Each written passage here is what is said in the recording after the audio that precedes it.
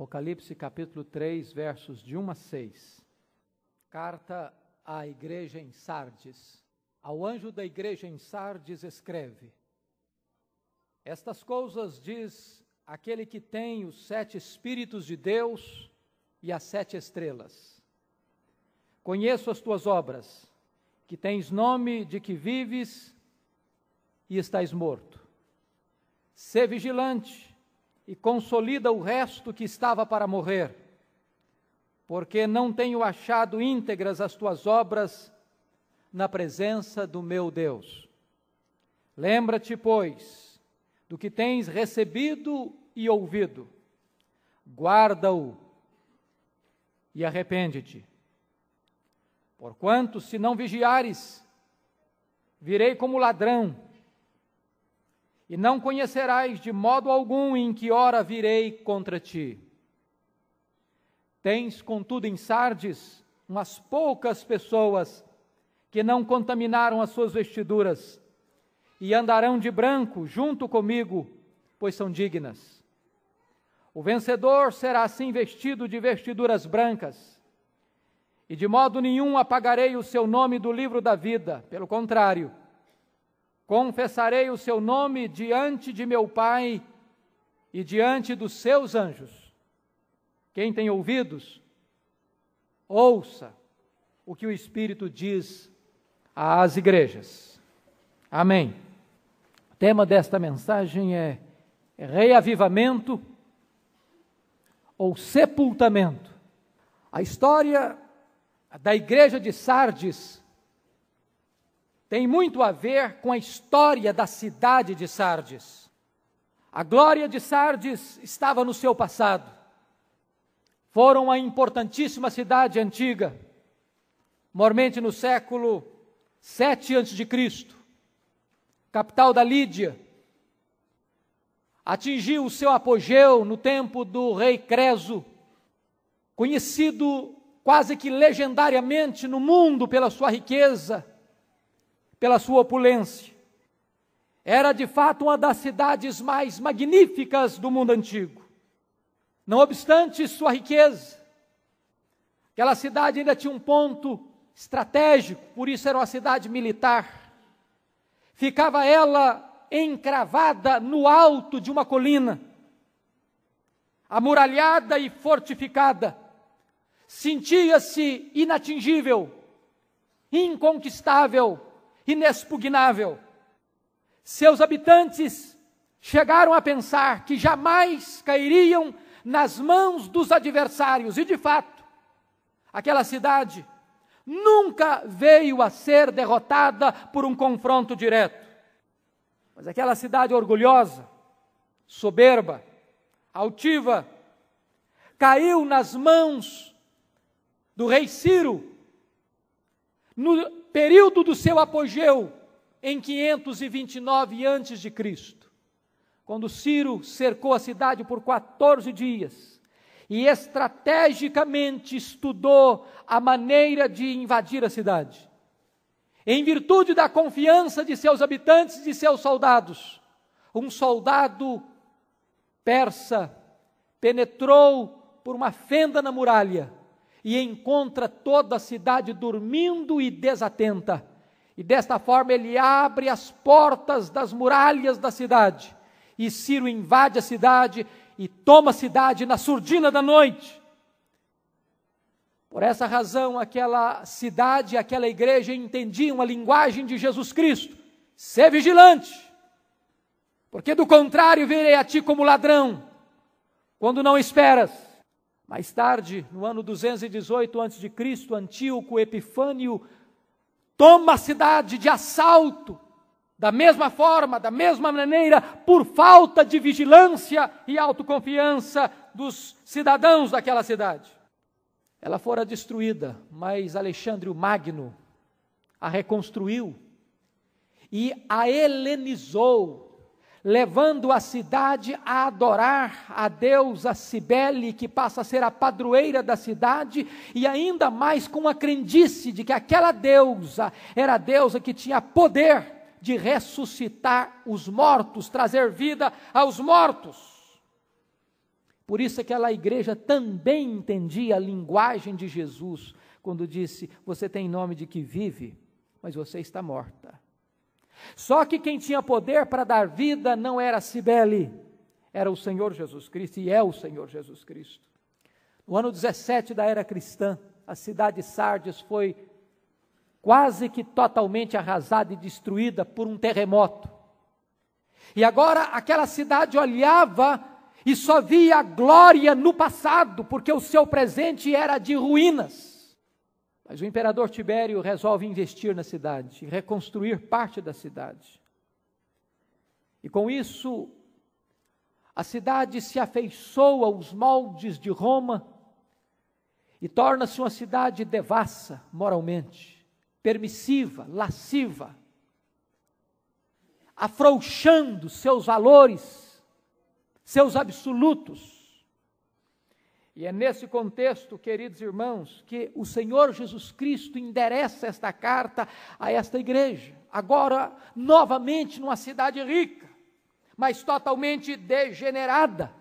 E o mais grave é que Sardes era um candeeiro, Sardes era um luzeiro, Sardes haveria de ser uma lâmpada a brilhar nas trevas, mas em vez de Sardes iluminar a cidade, ser um luzeiro nas trevas, Sardes começa a se adequar e a imitar a cidade e a ser uma extensão da própria história de devassidão daquela cidade. Em vez de influenciar, foi influenciada. Sal que perdeu o sabor, luz debaixo do alqueire. O que é tremendo observar é que Jesus então envia uma carta para esta igreja, mostrando a esta igreja a necessidade imperativa de passar por um processo de reavivamento espiritual, porque aquela igreja que tinha nome, que tinha fama de ser uma igreja viva, dinâmica, operosa, não passava de ser uma igreja que substituía a obra do Espírito por algo sintético, falso. Tinha apenas rótulo, tinha apenas aparência, tinha apenas nome, tinha apenas fachada, tinha apenas propaganda, mas não tinha vida. Na verdade, a cidade estava caindo num verdadeiro torpor espiritual. E o Senhor Jesus envia esta carta para mostrar que tinha 3 grupos dentro da igreja. Um grupo de pessoas mortas, não convertidas.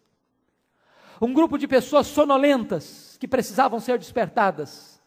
E um pequeno grupo, que ainda não tinha contaminado as suas vestiduras, que mantinha-se fiel. Irmãos, não é diferente a realidade da igreja hoje? E por isso, eu não gostaria que você olhasse para esta carta como uma relíquia do passado, mas olhasse para esta carta como um espelho, onde nós devemos mirar o nosso próprio rosto, a nossa própria vida. Desta forma, esta carta não é para uma igreja milenar, esta carta é para você, é para mim, é para nós, é para agora. O primeiro ponto da minha mensagem é sobre a necessidade do reavivamento. Por que é que a igreja hoje, como a igreja de precisa de um reavivamento? Primeira razão, a igreja precisa de um reavivamento quando há crentes dentro dela, que só têm o nome no rol de membros, mas ainda estão mortos espiritualmente, ou seja, ainda não são convertidos. Veja o verso 1. Ao anjo da igreja em Sardes escreve: estas coisas diz aquele que tem os 7 Espíritos de Deus e as 7 estrelas. Conheça as tuas obras, que tens nome de que vives e estás morto.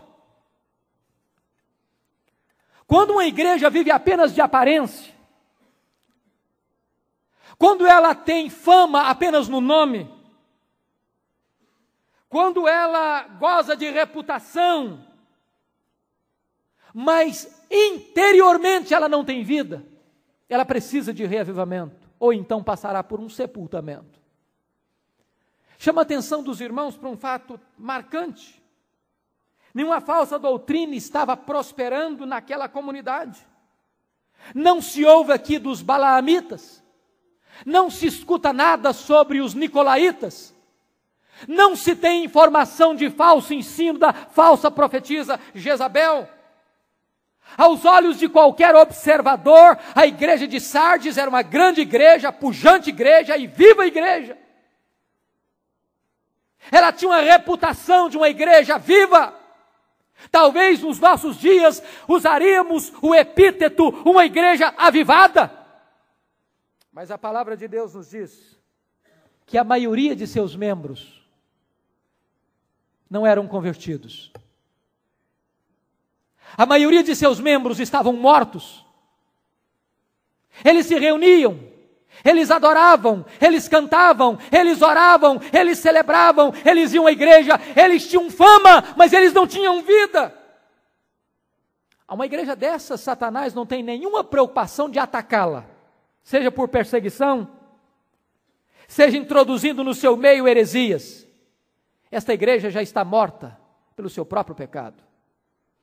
Quando é que uma igreja precisa de avivamento, de reavivamento? Diz o texto que esta igreja parecia muito mais um cemitério espiritual do que um jardim cheio de vida.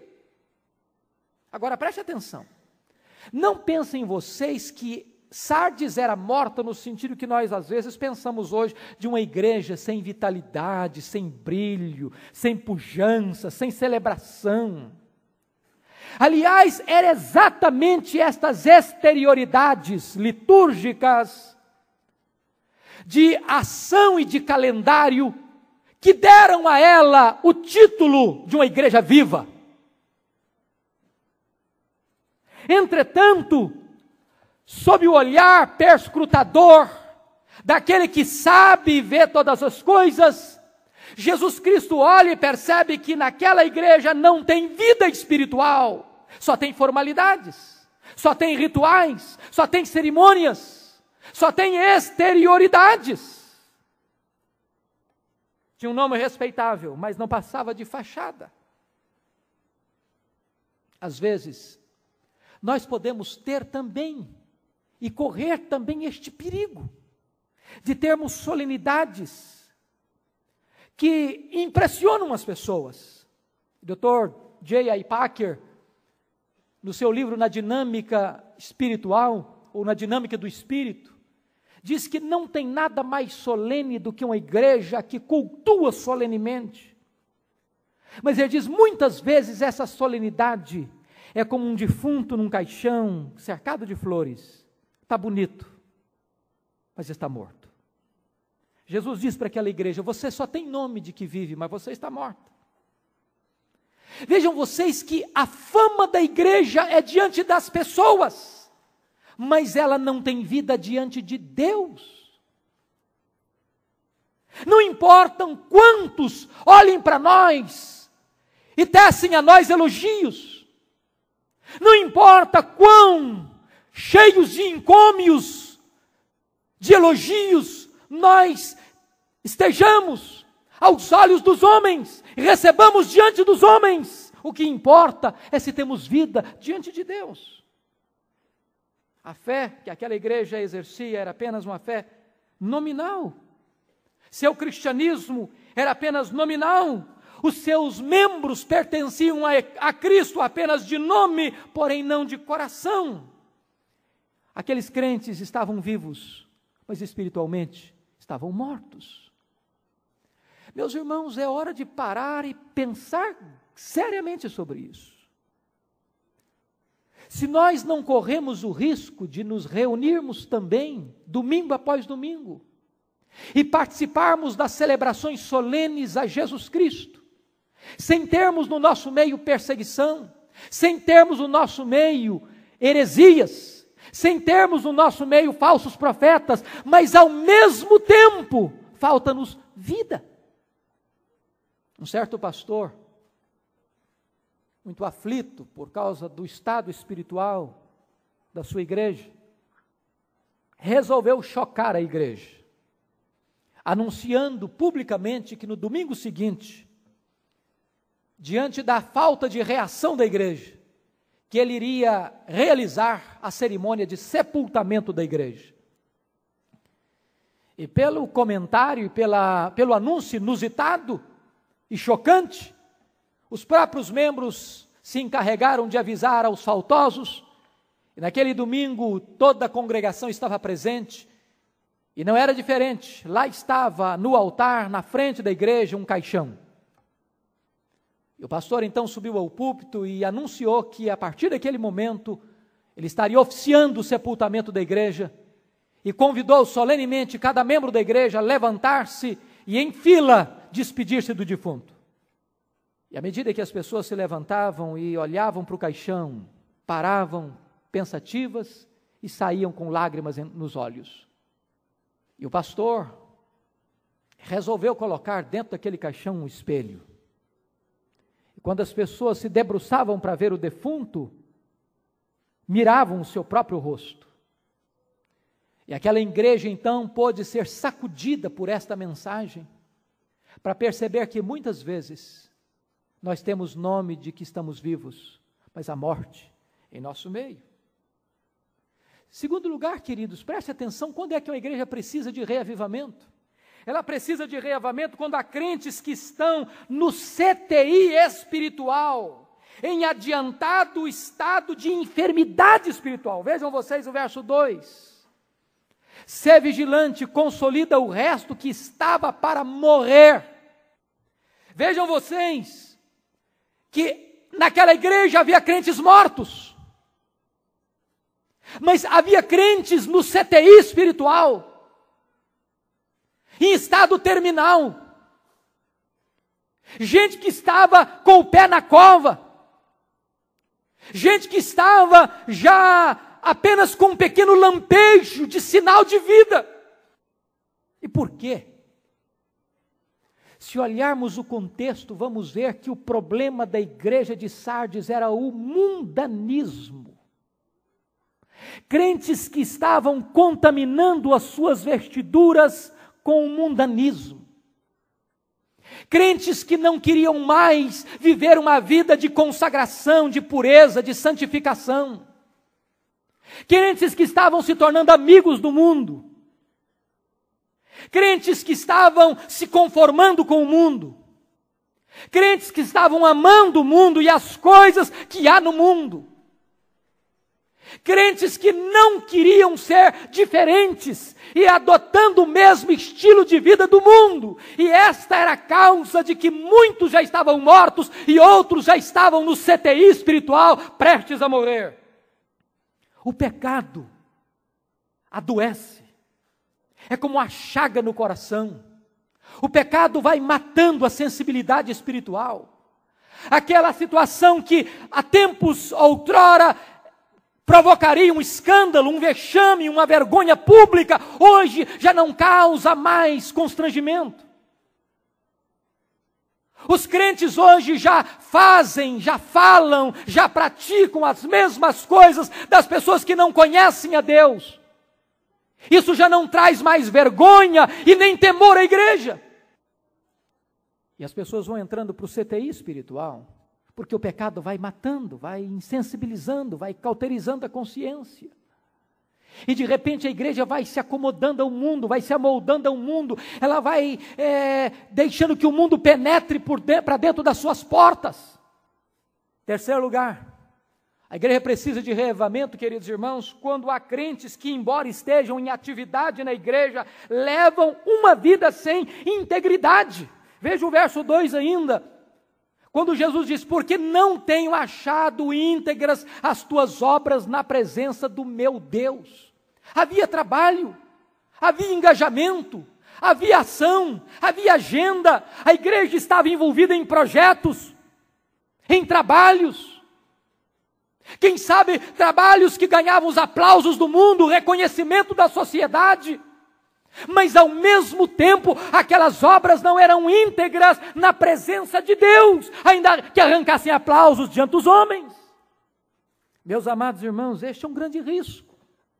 Muitas vezes nós podemos correr os mesmos riscos de promovermos os nossos próprios nomes e não o de Cristo. buscarmos a nossa própria glória e não a de Cristo, honrarmos a Deus apenas de lábios, mas não com o coração, termos cultos solenes, mas sem vida, vazios de sentido, de obediência. O que na verdade está acontecendo aqui, irmãos, é que aquela igreja estava vivendo uma hipocrisia. Hipocrisia. O que é hipocrisia? Hipocrisia é quando você faz alguma coisa e consegue impressionar as pessoas, arrancar admiração, aplausos, elogios das pessoas, impressionar pela grandeza, pela abnegação, pela intensidade daquilo que você está realizando. Mas quando aquele que sonda mente e corações vai penetrar nas motivações, percebe que a motivação não é a glória de Deus. A motivação não é o reino de Deus. E então, caímos naquela sentença de Jesus, de sermos parecidos com sepulcros caiados, bonitos por fora, mas feios por dentro. De estarmos exercitando apenas um simulacro da fé, um faz de conta da religião.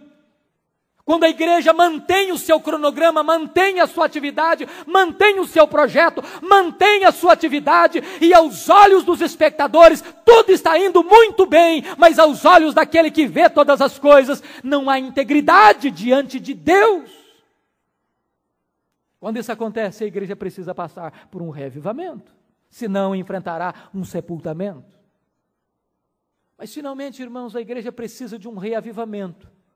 Quando há crentes no seu meio, contaminando-se abertamente com práticas mundanas. Vejam, por favor, o verso 4. Tens, contudo, em Sardes umas poucas pessoas que não contaminaram as suas vestiduras. Que coisa triste. Jesus olha para aquela igreja e descobre que apenas um remanescente, um pequeno grupo, poucas pessoas ainda não se contaminaram. Amados irmãos, ser crente é ser nova criatura, é ser diferente. Se você não é diferente, se você não faz diferença, ponha em xeque a sua experiência cristã. Se você não tem prazer nas coisas de Deus, se você precisa ir aos banquetes do mundo para abastecer a sua alma e para encontrar alegria, então questione a sua salvação. Se Deus não é o prazer da sua vida, então pare e reflita se você apenas tem nome de que vive, mas ainda está morto. A igreja de Sardes não enfrentava perseguição, não enfrentava heresia, mas estava derrotada pelo mundanismo, frouxa moralmente, o mundo entrando dentro da igreja, a igreja se tornando parceira do mundo, porque a igreja não tinha coragem de viver uma vida diferente e santa para a glória de Deus. Segundo ponto da minha meditação, primeiro foi a necessidade do reavivamento. Segundo ponto, são os imperativos do reavivamento. Se perceberem, há 5 ordens nesse texto. No verso 2, 2 ordens. Sê vigilante. Segunda ordem, consolida o resto que estava para morrer. Versículo 3, tem 3 ordens. Lembra-te. Quarta ordem, guarda-o. Quinta ordem, arrepende-te.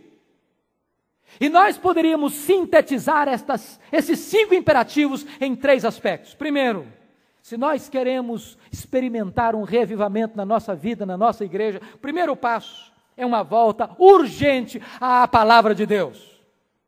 O verso 3 é claro. Lembra-te, pois, do que tens recebido e ouvido. Guarda-o. Guarda-o. O grande problema da igreja, irmãos, é que nós estamos vivendo numa geração contraditória. Ao mesmo tempo que nós temos acesso quase que ilimitado ao conhecimento, ao mesmo tempo que a maioria dos crentes tem mais de 4, 5, 6 versões diferentes da Bíblia na prateleira da sua casa, Bíblias de estudos, os mais variados. Nós estamos vendo uma época de analfabetismo bíblico dentro da igreja. É impressionante como às vezes se pede um versículo bíblico numa sala de escola dominical e crentes que já têm anos de escola dominical parecem gaguejar e ratear e não saber um versículo básico de cor. Parece que estamos ainda nos passos elementares da fé, nos rudimentos da fé, tomando leite, enquanto deveríamos ser exercitados na fé e amadurecidos na caminhada com Deus. Precisamos nos voltar para a palavra, queridos. Se nós não nos voltarmos para a palavra de Deus, para levarmos a palavra de Deus a sério, se nós não tivermos tempo para ler a Bíblia, para meditar na Bíblia, para conhecer a Bíblia, nós vamos nos misturar com o mundo e nem vamos ter consciência disto. A ordem de Deus é essa: lembra-te. Para um pouquinho, volta ao passado, lembra dos tempos em que você amava a palavra, que você lia a palavra, que você meditava na palavra e tinha prazer na palavra de Deus. Volta a estas práticas. Nosso maior desejo, queridos, é que esta igreja, a primeira igreja presbiteriana de Vitória, seja uma igreja não apenas que tem o título, o nome de ser uma igreja fiel à doutrina. Isso não é suficiente. Mas de uma igreja verdadeiramente faminta da palavra de Deus. De crentes que, dentro dos seus lares, têm um prazer de ler a Bíblia. De crentes que sejam mais atualizados com as Escrituras do que com os noticiários. De crentes que tenham a coragem de desligar a novela das 6, das 7, das 8, para ler a Bíblia com a família. De crentes que se preparem para vir para a escola dominical, estudando de forma meticulosa, estudando de forma profunda e dedicada às Escrituras. Segundo aspecto, como é que nós poderemos experimentar um reavivamento espiritual? Em segundo lugar, uma volta à vigilância espiritual. Veja o verso 2, irmãos. Ser vigilante, a palavra aqui significa acorda. Acorda! O que está acontecendo é que nós estamos vivendo uma época de torpor, de sonolência, de marasmo. Estudamos há poucos dias e hoje na nossa classe, sobre a questão da guarda do dia do Senhor. Foram-se os tempos em que as pessoas se preparavam no sábado para vir para a casa de Deus no domingo. Muitas vezes, nós até mesmo atravessamos a madrugada do sábado e no domingo não temos nem força, nem disposição de vir à igreja no domingo. É por isso que nós encontramos um fenômeno estranho. Por que a escola dominical da igreja é menor do que a dos cultos da noite? Vocês já pararam para refletir sobre isso? Se é na escola dominical que nós temos a oportunidade de nos reunir numa classe com pequenas pessoas, com poucas pessoas, para estudar, para meditar, para perguntar, para responder, para questionar, para crescer. Mas às vezes não apenas não temos disposição de vir, como chegamos atrasados, o que está faltando? Fome da palavra? Vigilância espiritual? É preciso acordar. É preciso tomar uma sacudida espiritual e dizer: acorda, igreja! E não é o pastor que exorta, é o Senhor da igreja que nos exorta. A exortação não emana do púlpito, emana do trono de Deus. E se olharem, no verso 4, o Senhor Jesus vai dizer uma coisa tremenda. Tens, contudo, em Sardes umas poucas pessoas que não contaminaram as suas vestiduras e andarão de branco junto comigo, pois são dignas. Estas pessoas deverão fazer aquilo que Jesus diz no verso 2, ser vigilante, consolida o resto que estava para morrer. E eu quero conclamar aqui em nome de Jesus, você, irmão e irmã que tem compromisso com a palavra de Deus, não é apenas você que tem que estar acordado, não, ajude a acordar os outros, em nome de Jesus. Consolida o resto que estava para morrer. Irmãos, nós não podemos nos acomodar diante do perigo de uma grave enfermidade e de uma sonolência crônica que toma conta do povo de Deus nesses tempos. A igreja de Sardes não era uma igreja herética, não era uma igreja apóstata, era uma igreja sonolenta, preguiça espiritual. Terceiro lugar, sabe como é que nós podemos experimentar um reavivamento? O Senhor Jesus mostra o caminho no verso 4. Uma volta à santidade. Tens, contudo, em Sardes umas poucas pessoas que não contaminaram as suas vestiduras. O caminho é não contaminar as vestiduras. O caminho é o caminho da santidade. E eu queria exortar você, irmão, se você é membro desta igreja, se você está aqui hoje, está vivendo em prática de pecado, está vivendo na contramão da vontade de Deus, está fazendo aquilo que é desagradável aos olhos daquele que tudo vê e tudo conhece e tudo sonda, irmão, em nome de Jesus, muda de vida. Se você está andando por veredas tortas, em nome de Jesus, corrija a sua vida, irmão. Não se contente em ter o seu nome no hall desta igreja, isso não pode levar você ao céu. Não se contente em ser chamado de presbiteriano, de calvinista, isso jamais dará segurança para a sua alma. Acerte a sua vida com Deus, porque sem santificação ninguém verá o Senhor. Terceiro ponto da minha meditação. Primeiro, vimos a necessidade do reavivamento. Segundo, nós vimos sobre os imperativos do reavivamento. Terceiro lugar, eu quero olhar com você sobre o agente do reavivamento. E o versículo 1 nos informa o seguinte: ao anjo da igreja em Sardes escreve: estas coisas diz aquele que tem os 7 Espíritos de Deus e as 7 estrelas, conheço as tuas obras. Jesus conhece o estado desta igreja. Meus irmãos, só isso deveria nos levar a uma profunda reflexão e quebrantamento. Jesus conhece a sua vida. Talvez a sua esposa não conheça. Talvez o seu marido não conheça.